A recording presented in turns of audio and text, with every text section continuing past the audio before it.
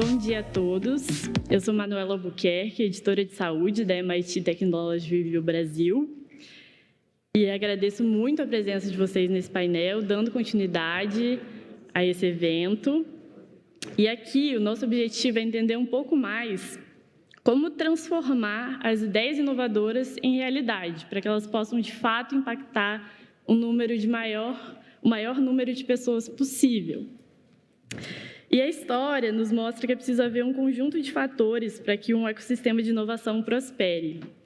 Isso exige a atuação harmônica de vários atores na sociedade, como pesquisadores, governos, empreendedores, empresas e investidores. Então, será que existe alguma fórmula para a inovação em larga escala? Participam desse debate Amanda Graciano, sócia e head de Relações Corporativas da Fisher Venture Builder.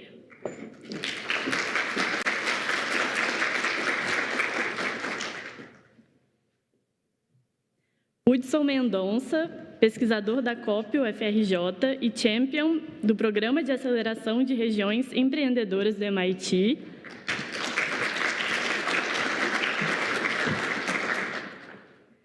Kleber Vedeman, diretor de Marketing e Comunicação do SAS na América Latina, Caribe e Estados Unidos. E Dr. Rodrigo Demarque, diretor executivo de inovação do Hospital Israelita Albert Einstein.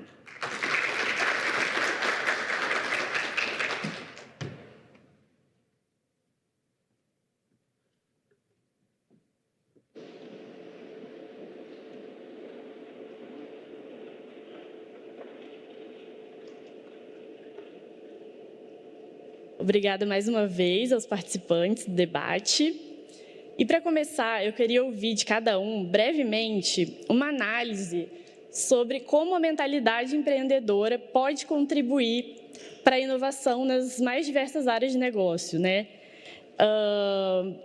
Existem áreas mais favoráveis à inovação? As empresas tradicionais também podem inovar? Então, para manter a ordem alfabética, eu vou chamar primeiro a Amanda, e depois a gente segue o Hudson, Kleber e Dr. Demarque, por favor. Bom dia a todos. É um prazer estar aqui. Primeiro, um fato curioso, né? Eu comecei a trabalhar com inovação, trabalhando com saúde, sou filha de profissionais de saúde, trabalhando com biotech, no lugar que todo mundo falava, isso aqui não faz tanto sentido. E aí o Einstein também sempre foi uma super referência aqui dos avanços, enfim, tem muita historinha aqui, coisa para trocar. E também sou colunista do MIT Review Technology, né? Então é muito legal assim, ver esse casamento. E o trauma da ordem alfabética, tá? Eu só fui uma criança traumatizada. Bem, eu acredito que sim, tem formas e jeitos de fazer. O painel anterior falou muito sobre isso, né? É cultura, tecnologia, mas é processos e também o entendimento do meio. É difícil querer inovar e fazer alguma coisa tentando partir de um lugar sozinho, né? Ou, invariavelmente, esses fatores vão puxar. O que eu vejo muito na minha realidade, não sei quantos de vocês estão familiarizados com o termo Venture Builder, mas o meu dia a dia é justamente navegar nesse meio do caminho, né? Como é que eu ajudo instituições mais tradicionais? É que o tradicional a gente diz que elas não são inovadoras, né? Quase sempre a gente quer esbarrar nesse argumento. Mas como que eu ajudo organizações que não são tão ágeis e, às vezes, não se entendem tanto enquanto tecnológicas e inovadoras para criar negócios, serviços, produtos, e aí talvez até startups com esse olhar, né, para essa cultura, com o olhar também para essa cultura que é um pouco mais empreendedora. E dá tanto que a gente tem um negócio que está de pé há 6 anos fazendo exatamente isso, né? Navegando no meio do caminho. O que eu sinto, talvez, agora, é que a gente tem mais segmentos da economia falando sobre a mesma coisa. Então, antes eram talvez só as empresas de tecnologia, ou quem estava ali começando a navegar no mundo da internet, há uns 20 e poucos anos atrás, e hoje a gente está falando em todos os segmentos, né? Então, eu estou falando desde o mundo muito científico, acadêmico, e lá na academia, olhando já para a possibilidade de criar negócios digitais e também startups. E aí eu lembro que a gente falava muito antes, quando eu trabalhei com biotech, que célula multiplica muito mais rápido do que download de aplicativo. E, do outro lado, olhando como que é que eu crio essa infraestrutura desse mundo. Que outra tecnologia vai precisar ser criada para suportar o mundo que cada um de nós estamos construindo, né? Então, sempre olhando para esses dois lados. Para mim, é um misto de cultura, processo, e dá. Acho que qualquer segmento da economia dá para fazer. É só essa receita do bolo, ora é um pouco mais de uma coisa, um pouco menos de outra, mas é possível sim. Obrigada. Amanda Hudson, por favor. Obrigado pelo convite. Pessoal, eu vou fazer um gancho com o que a Amanda falou, né? E respondendo, acho que dá para empreender em qualquer lugar. Né? Eu tenho o meu lado acadêmico, o meu lado governo na FINEP, o meu lado acadêmico na FRJ, meu lado empreendedorismo, né, MIT RIP. Em todos os lugares a gente empreende, né? Ou seja, o empreendedorismo hoje é muito mais uma atitude, né? Dentro das empresas, o empreendedorismo, a Corporate Builder tem feito muito esse trabalho, e multissetorial. O que muda é as ferramentas e os tools que a gente tem para empreender. Então, quando você fala de MVP no mundo digital, desenvolvimento ágil, você não pode fazer a mesma coisa na área médica, né? Setor super regulado, né, com alta intensidade de investimentos, né? Ou seja, na área de energia, lá, o MVP de fusão nuclear custa $100 milhões, né? Não dá para um anjo financiar isso.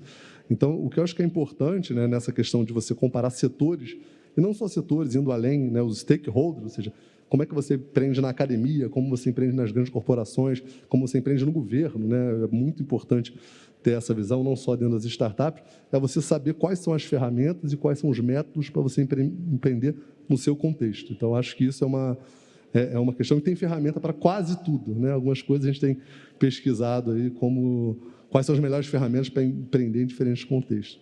Essa pergunta é fantástica. Obrigada, Hudson. Kleber, por gentileza. Bom dia a todos. Obrigado ao Albert Einstein, ao MIT Technology Review pelo convite. Muito feliz em estar aqui. Bom, eu vou ter que assentir completamente com os meus colegas aqui, com a Amanda e com o Hugo. Dá sim para fazer, como você perguntou.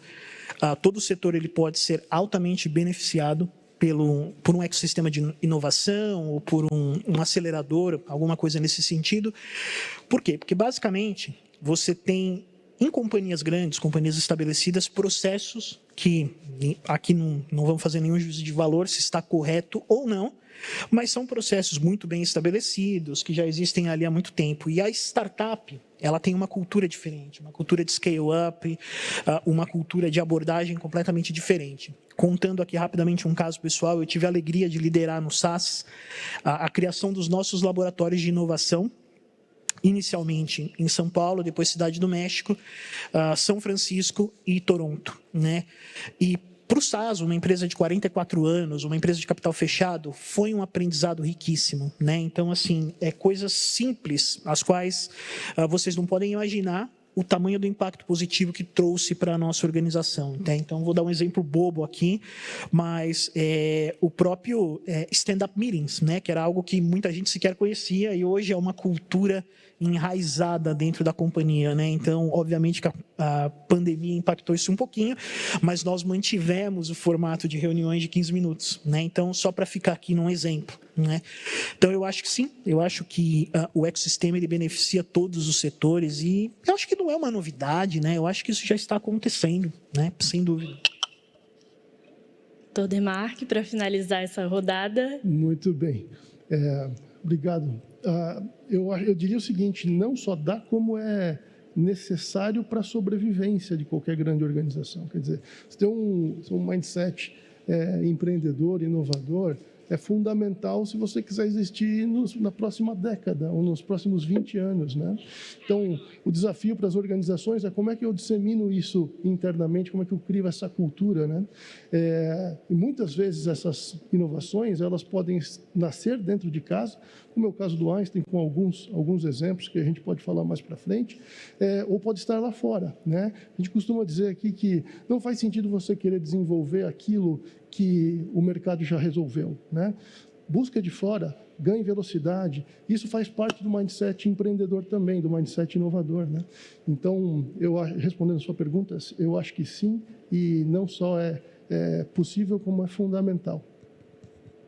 Muito obrigada. Amanda, agora eu queria ouvir de você, como é o cenário hoje no Brasil para as startups? A gente vê que em alguns mercados, né, por exemplo, as fintechs têm um crescimento assim, exponencial, e em outros mercados não funciona dessa maneira. Eu queria ouvir de você, existe um caminho comum que as startups podem percorrer para chegar lá?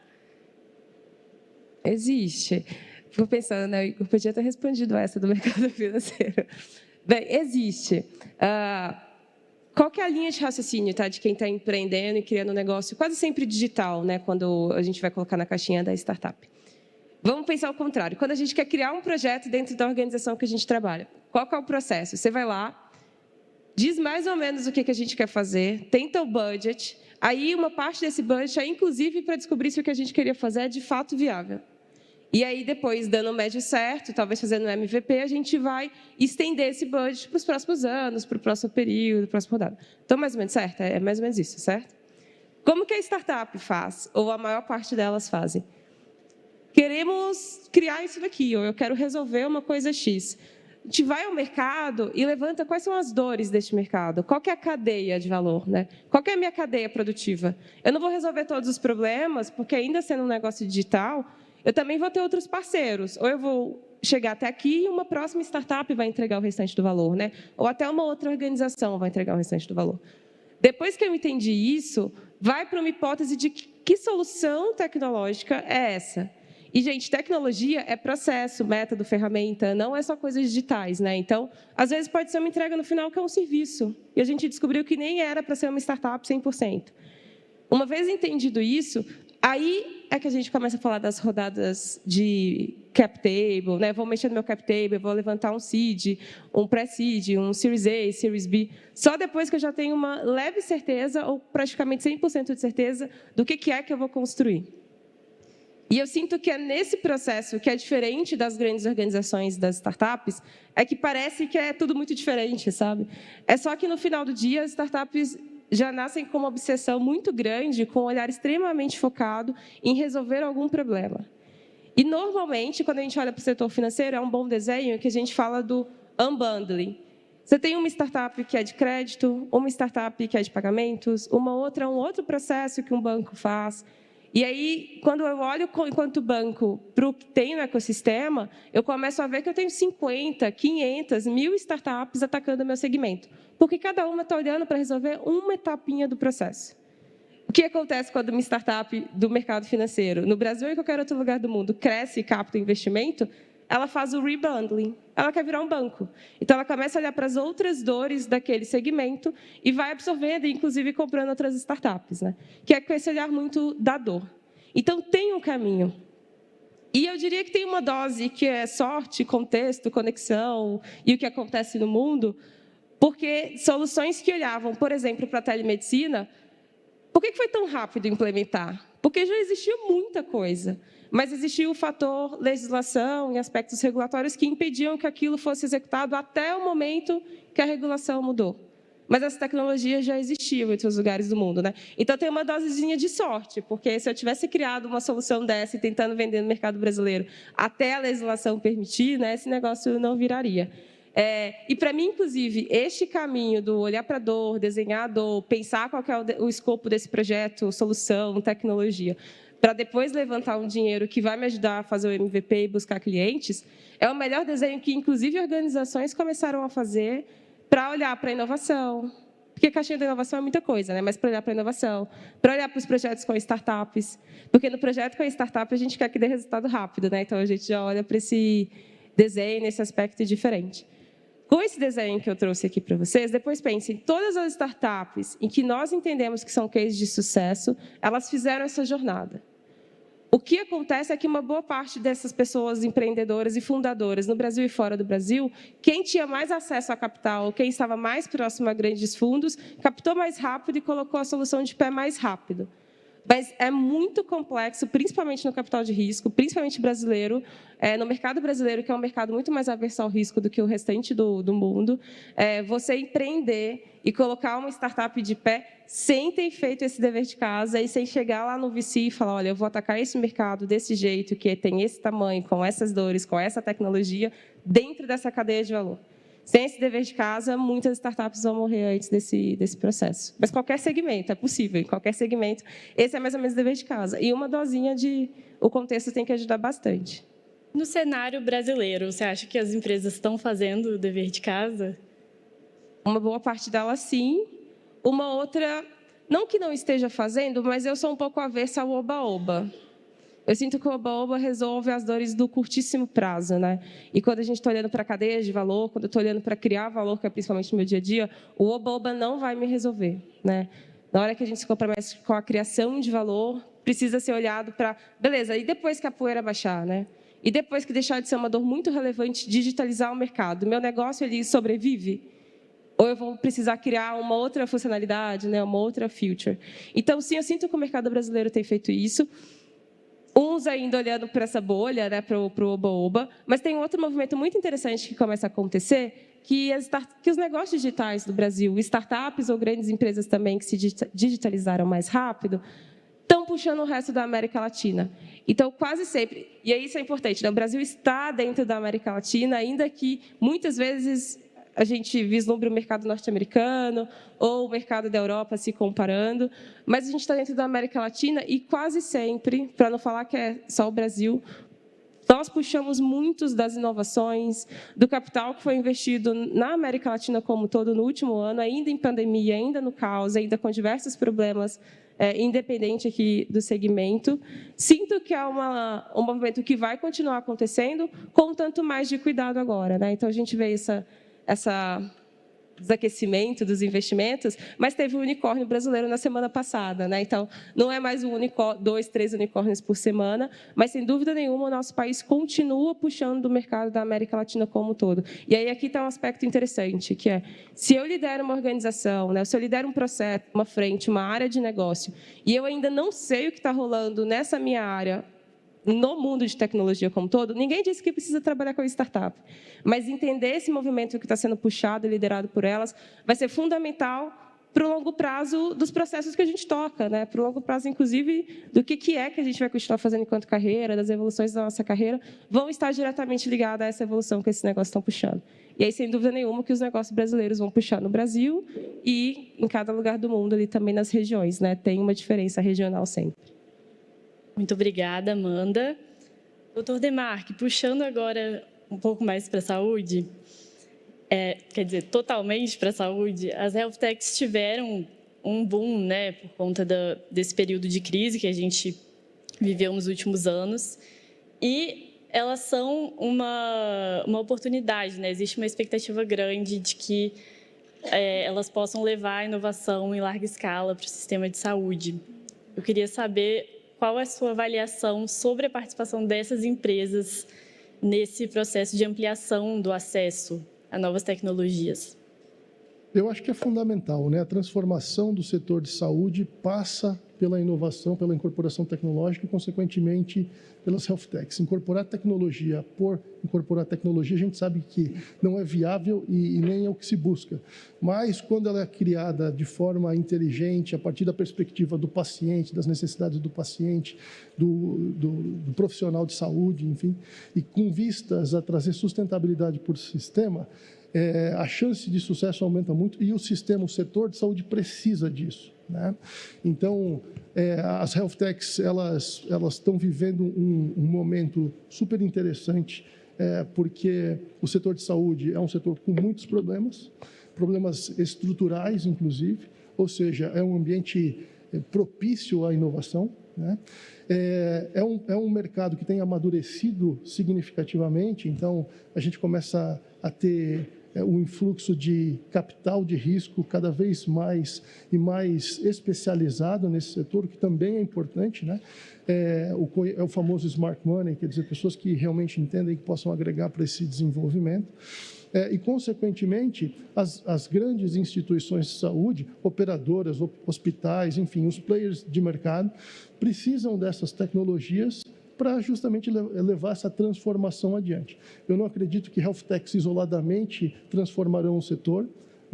Isso, na minha visão, é impossível que aconteça na saúde, dada a fragmentação do sistema, dada a complexidade de quando a gente fala de saúde, mas sim, elas aliadas a players, por exemplo, como o Einstein, são capazes de promover essa transformação no setor que tanto se busca, né? E eu acho que esse é um movimento que está só começando, na verdade, né? Então, a gente vê o início de uma onda que ainda vai ser extremamente profícua para o país nesse sentido. com o amadurecimento do setor, né, capacidade das organizações de absorverem essas tecnologias e as ideias dessas startups. Então, eu acho que o que a gente vai ver aí nos próximos 3, 5 anos é algo realmente com um potencial transformador que até então, no setor de saúde, a gente não viveu. Na sua avaliação, quais serão as principais dificuldades? Porque o setor de saúde é extremamente complexo, como você pontuou, e também existe uma questão relacionada ao risco, né? Você está lidando com a vida das pessoas. Nesses próximos anos, então, quais são esses desafios na área da saúde que a inovação vai precisar ultrapassar? Ótimo, muito boa pergunta. Inovação e erro são duas coisas que andam juntas, né? E erro em saúde é uma coisa que ninguém quer, né? Obviamente, né? Por questões óbvias. Uma instituição como Einstein, por exemplo, que busca ser uma instituição, ou é uma instituição de alta confiabilidade, né? Que preza a segurança e a qualidade do paciente acima de tudo, né? Como é que se inova, então, dentro de um ambiente como esse, né? Criando o espaço propício para que você possa errar, digamos assim, né? E aqui a gente tem alguns exemplos, né, de como fazer isso com segurança, sem comprometer a segurança do paciente. Nós temos um lab de inovação aqui dentro do Einstein chamado Health Design Lab, que é a área em que nós concentramos os especialistas em metodologias de inovação, em biodesign, em design thinking, para que essas pessoas, como curadores ou facilitadores, se aproximem das áreas assistenciais, né, e lá possam ajudá-las a passar pelo processo de inovação, a fim de, eventualmente, encontrar possíveis soluções para esses problemas, criar protótipos e testá-los com segurança. Um outro exemplo de como a gente faz isso aqui dentro é a própria Eretz Bio, né, que é uma incubadora de startups, esse ano faz 5 anos, inclusive, em novembro de 22, a primeira incubadora de startups de saúde do Brasil, e lá também é um espaço em que a gente consegue testar determinadas coisas com mais segurança. Então, nós temos uma equipe de parcerias que conecta essas soluções desenvolvidas por startups de mercado às áreas de serviço da instituição, e aí criam lá os seus projetos pilotos, as validações. Uma das coisas que a gente faz cada vez mais é a validação tecnológica pela perspectiva científica, né? Isso também é muito importante. Determinada tecnologia criada na saúde, ela precisa de evidência científica de que, de fato, ela faz aquilo que ela promete fazer, né? Então, nós temos uma equipe aqui dentro hoje especializada para isso. E para você ver que interessante, só para trazer um pouco de número, há 1 ano atrás nós tínhamos cerca de 50 projetos rodando entre startups e o Einstein. Hoje, são 133. Então, isso mostra também como a organização vai amadurecendo, né, a maturidade dos gestores para buscar esse tipo de incorporação. Então, e quando isso é feito com a metodologia correta, digamos assim, acho que você pode inovar reduzindo drasticamente o risco, né, e, obviamente, sem colocar a vida das pessoas em risco. Obrigado. Muito obrigada, Dr. Demarque. Kleber, eu queria te ouvir um pouco sobre a participação do marketing nesse processo de desenvolvimento da inovação dentro das corporações. Eu acho que o marketing cumpre um papel fundamental, né? Primeiro, vamos começar por pessoas, né? Pessoas é uma parte muito importante da equação. Eu acho que no painel anterior falamos um pouco sobre o gap que nós temos, né, hoje, né, de profissionais de tecnologia. Então, quando você fala de marca empregadora, employer branding, né, eu acho que começa daí, né? É muito importante a forma como o marketing leva a mensagem, né, da companhia para o mercado e atrai ali os melhores talentos, né, as melhores cabeças para que possam tocar essa transformação dentro da organização. Um outro ponto que eu acho que faz muito sentido, agora já falando do universo de startups, eu acho que a Amanda e o Dr. Vitor cobriram bastante sobre como você olha para um problema, né, como você olha para uma dor do mercado, ou uma dor específica de uma indústria menor, e você cria uma solução para aquilo, né? Mas, em muitos dos casos, você tem um produto que é realmente disruptivo, um produto que realmente é muito novo. Então, você entra com todo aquele processo de educação, né? Então, gerar awareness, educar o mercado acerca daquela possível necessidade, daquela possível dor.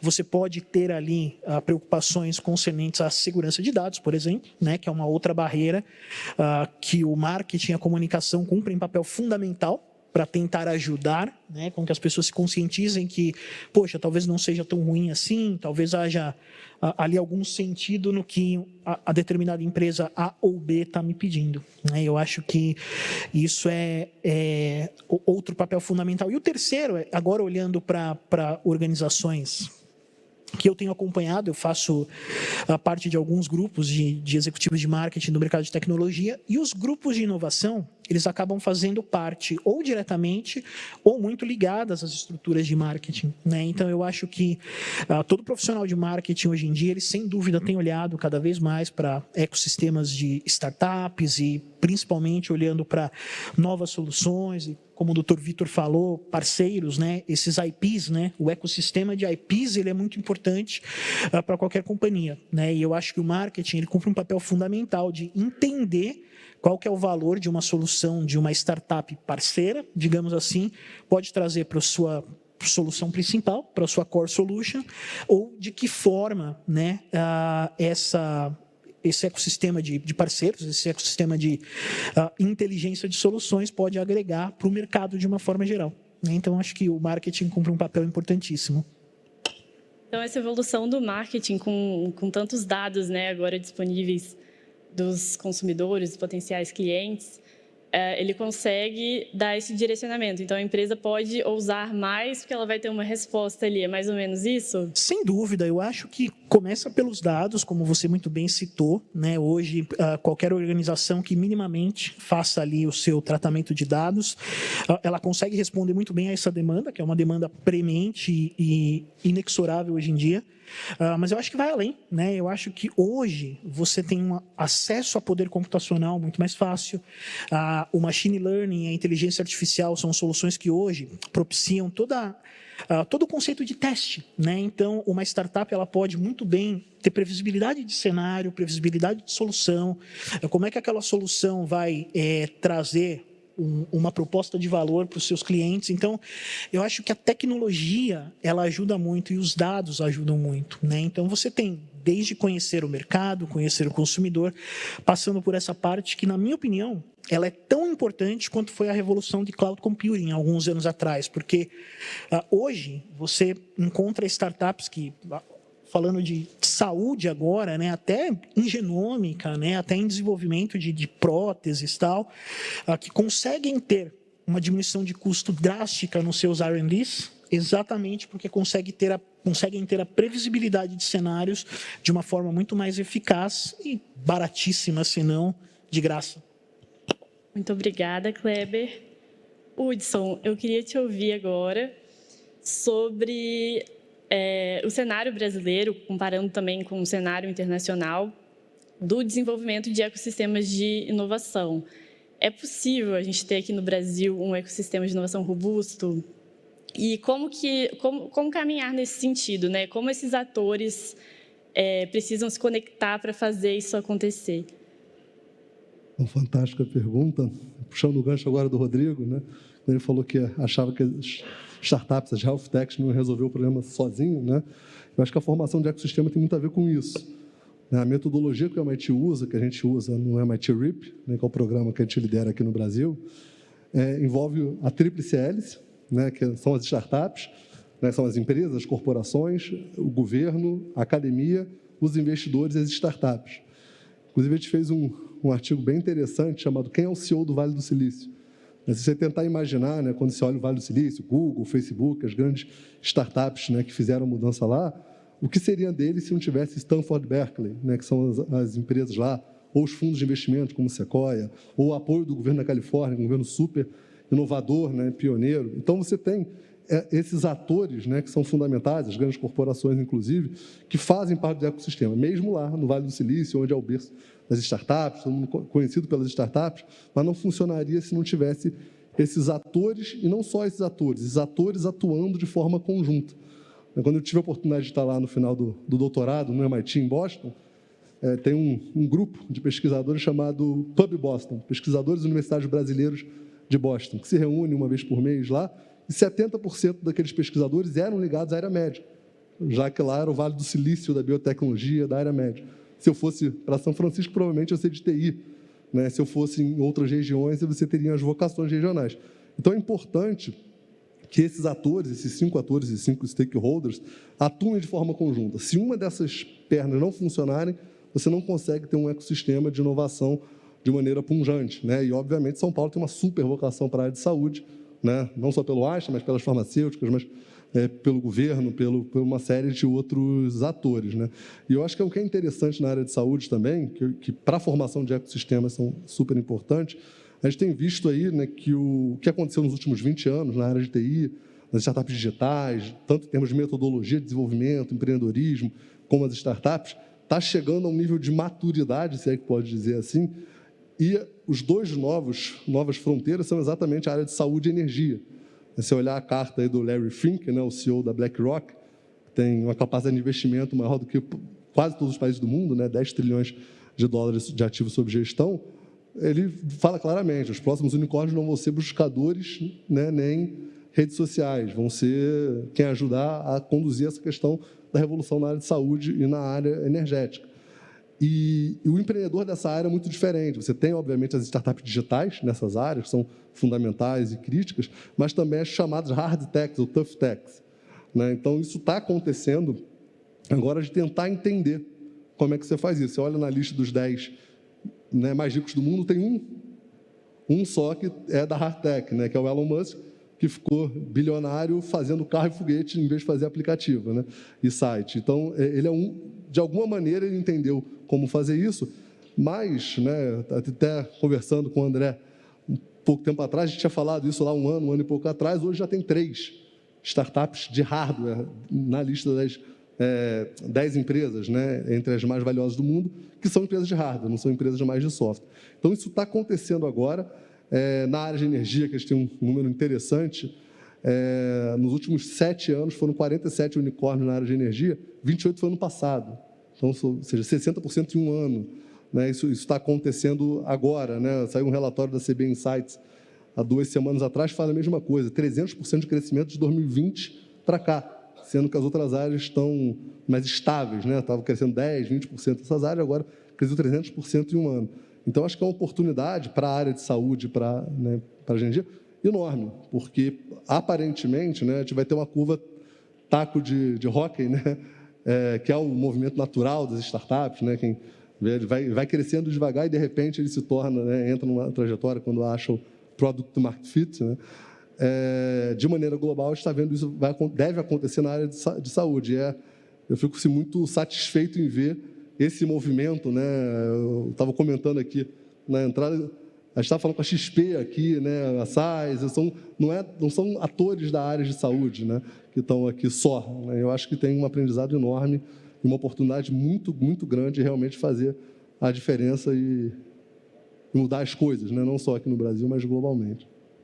Quando a gente fala dos atores, você citou 5, são as universidades, o governo, os empreendedores, corporações investidores.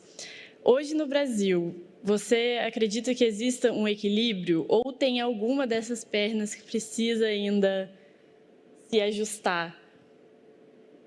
Depende muito do segmento, né? A gente, por exemplo, vendo um movimento que já aconteceu, né, que é a área das fintechs, isso está mais ou menos equilibrado. Ou seja, antigamente você tinha os grandes bancos, não tinha praticamente fintechs, e aí Nubank virou unicórnio, trouxe um monte de startups, e hoje você encara, tanto é que São Paulo está no ranking do top 100 ecossistemas do mundo, exatamente por causa dessa revolução fintech.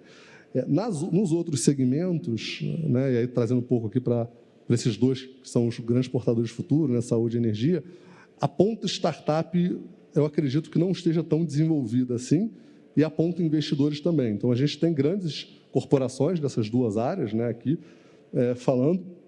A gente tem programas governamentais, né, eu falei, um dos chapéus lá, o FINEP, né, que investe, BNDES, fazem investimentos significativos nessas áreas, tanto de energia quanto na área de saúde, na ponta governo. A gente tem, na ponta acadêmica, excelência e trocas, né? Tanto que Rio, São Paulo, mas também em outros polos.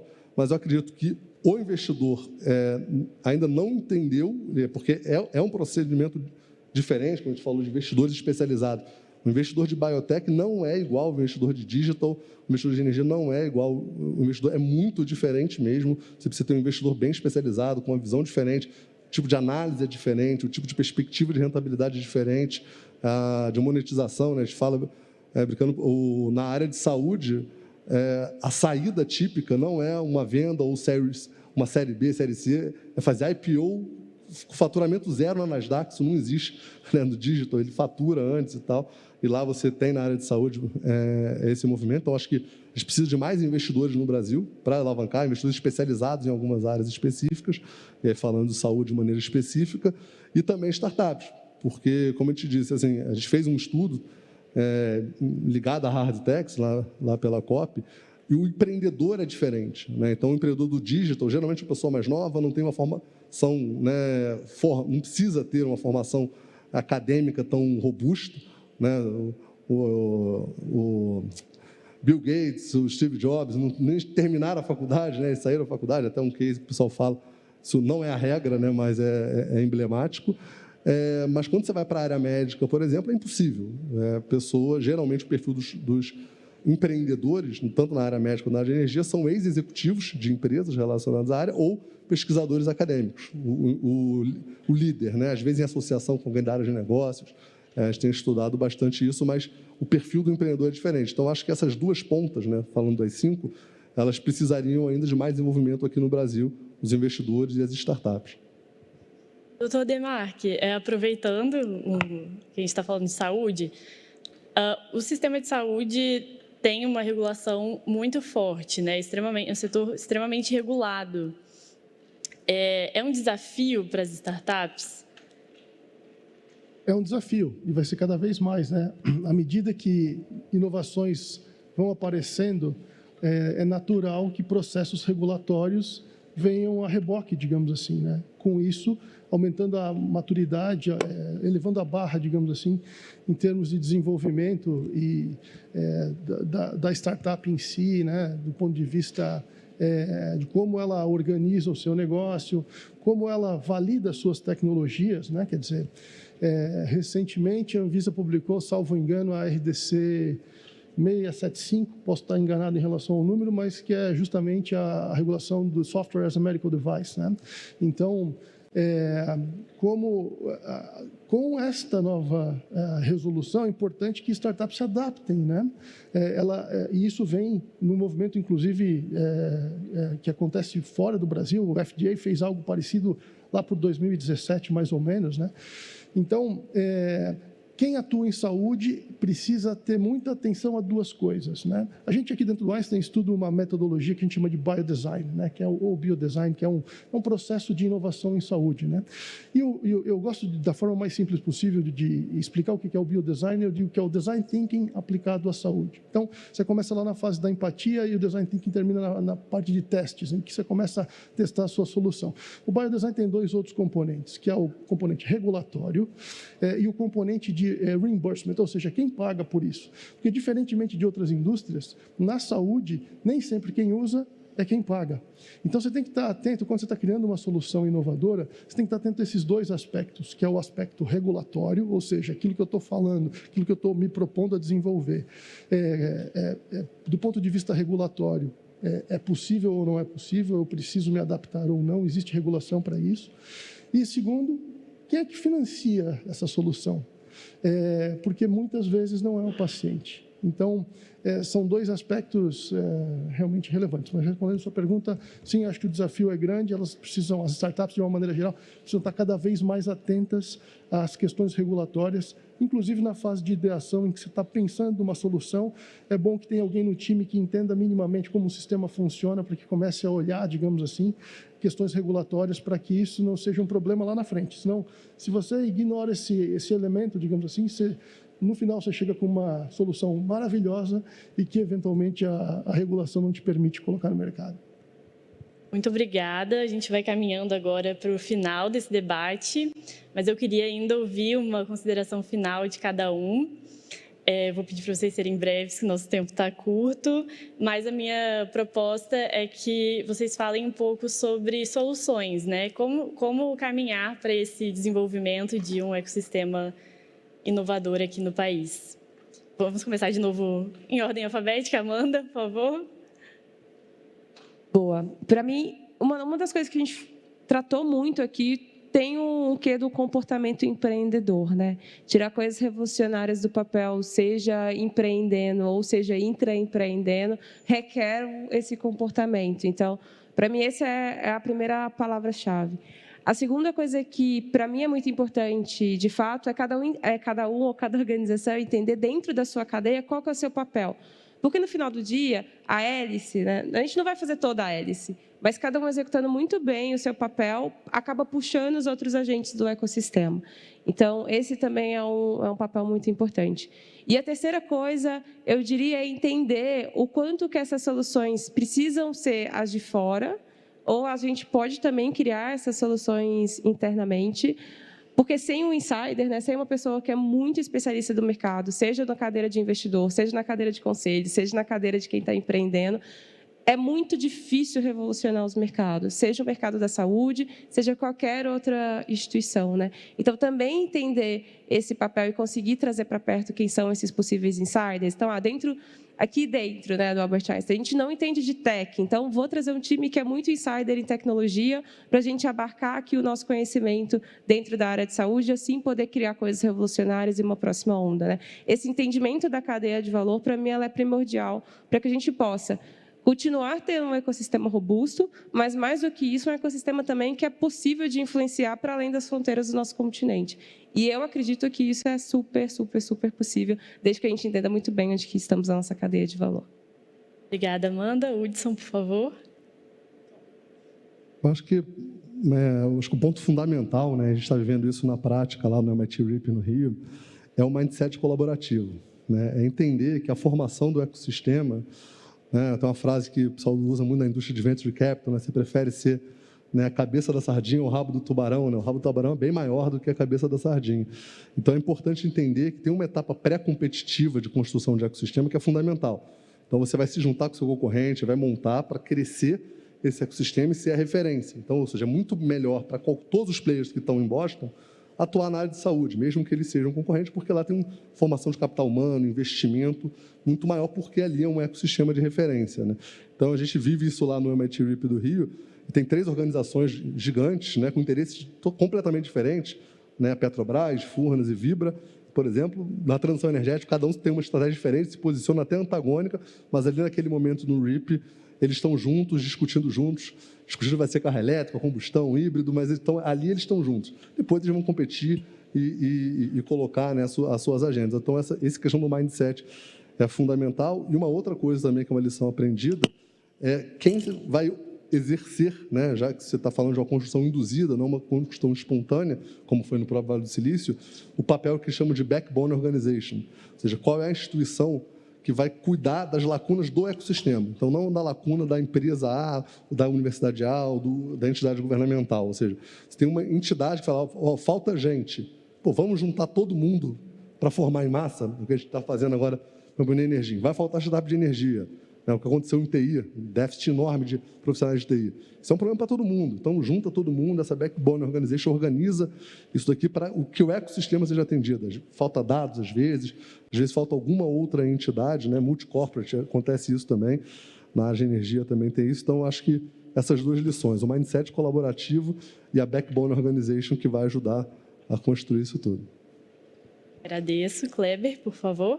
Bom, eu queria seguir um pouco na linha de raciocínio sobre o mindset colaborativo, mas falando um pouco sobre a participação das corporações, né? O quanto, porque é um cenário em que eu atuo, né, todos os dias. Então, eu acredito que sim, é essencial que todos esses players eles precisam de qualquer preocupação com a competidor, com concorrência, é necessário sentar à mesa e discutir soluções, né?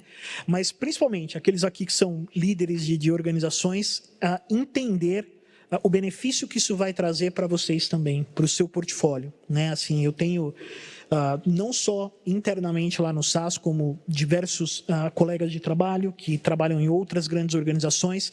E esse ecossistema, né, a riqueza que isso traz, né, o quanto isso agrega para o portfólio, é algo impensável. É uma aceleração de desenvolvimento de produto que você não teria, às vezes, condições de mensurar 10, 15, 20 anos, e, de repente, naquele ecossistema, né, naquelas pequenas empresas, naquelas incubadas pequenininhas, você tem ali uma solução que endereça aquela dor específica para o seu cliente. Não importa se o seu cliente é um SMB, ou é um grande banco gigantesco, né? Então, traz muito valor, né? E o bacana é que isso acontece no mundo inteiro e aqui na América Latina também, fortemente. Então, o Brasil hoje é um originador, é um hub muito poderoso, mas nós temos casos super bem-sucedidos na Colômbia, o México ainda um pouquinho atrás da Colômbia, mas também super relevante. Então, estamos indo nesse caminho.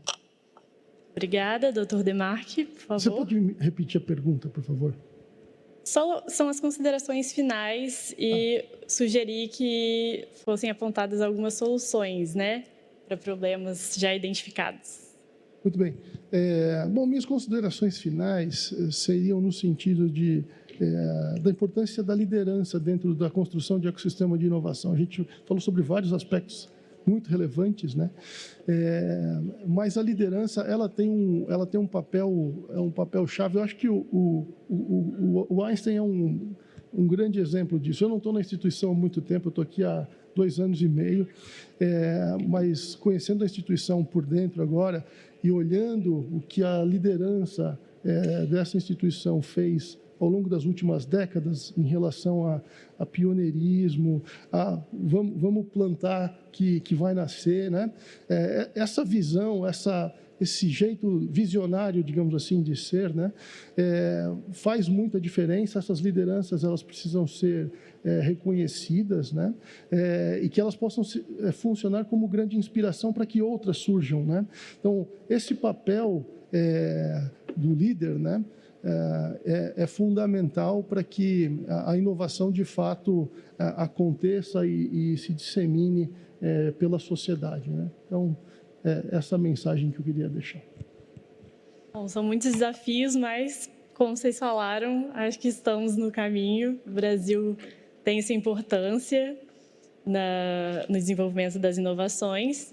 Finalizamos aqui esse painel, então.